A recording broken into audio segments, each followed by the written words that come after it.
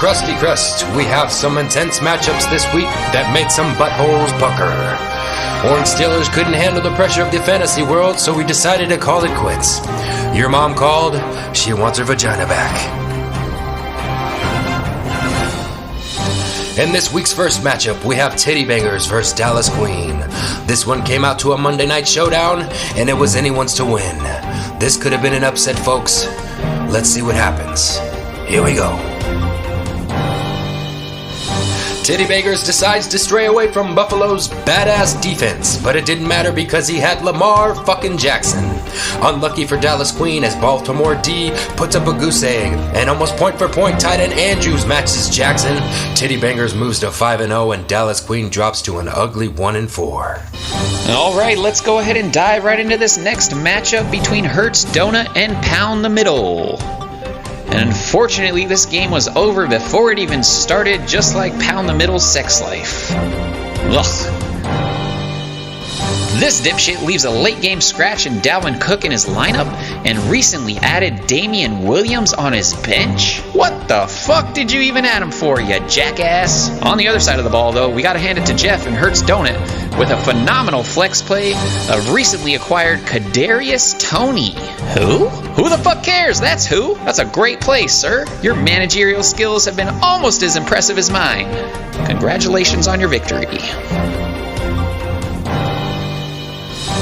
In our next battle, we have Wet-Ass Pigskins versus Big Fat Titties. On one team, running backs were dominant. On the other team, the wide receivers kicked ass. Let's see who prevails. Aaron Rodgers to Devontae Adams make up over a third of the total for Big Fat Titties. Derrick Henry and Kareem Hunt did all they could, but Wet-Ass Pigskins drops another one, leaving him at 1-4. Big Fat Titties climbs to 3-2. Alright, next up, we got the shittiest shitbag team in the league. We got Rhino Rules taking on the top contender, Full Chub. As that name goes, a full chub would have been all Joe needed to penetrate that little soft, loose butthole, but instead he decides to pop 2 of those little boo pills and ram this poor high school kid. But that would be child molestation, so let's move away from that visual. My apologies, ladies and gentlemen, my apologies. But all jokes aside, this sad, testyless kid's sack is averaging 87 points per week and has a 1% chance of making the playoffs this year. Can someone say karma? I can, karma!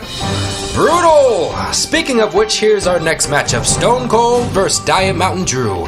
Poor son of a bitch, he can't catch a break this year. Diet Mountain Drew is the second amount of points scored against him, next to, shocker, Rhino Rules. Karma!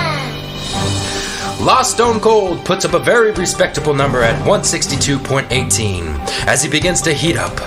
Diet Mountain Drew gets screwed from Chris Carson. His absence really fucked him. Literally, fucked him. He drops to 2-3, and Lost Stone Cold moves up to 3-2. Alright, in the final matchup of the week, we got Where's the Beer taking on the dickless Asian douchebag who quit the league, Orange Steelers. Tough loss for Where's the Beer as he takes a fat L from the managerless team and he moves to 2-3 on the young season.